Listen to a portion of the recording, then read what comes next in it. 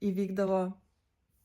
Šita istorija mane pribloškė. Vienas iš labiausiai toksiškų dalykų, kuris buvo naudojamas labai ilgą laiką dėl grožio, rizikuojant savo gyvybę. Ar teko girdėti apie arseną? Sunkusis metalas, toksiška medžiaga, kuris nuo žiauriai senų laikų buvo naudojamas kaip slaptas nuodas. Jį aptikti buvo labai sunku ir buvo labai lengva po truputį nuodyti.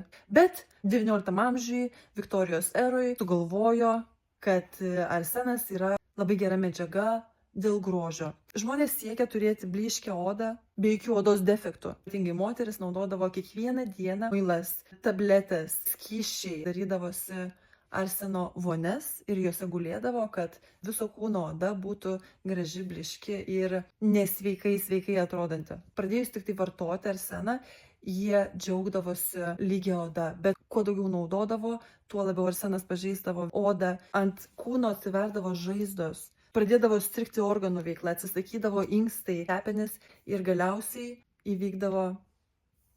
Nepaisant to, moteris vis tiek ir toliau vartojo ir ignoravo kenksmingumą.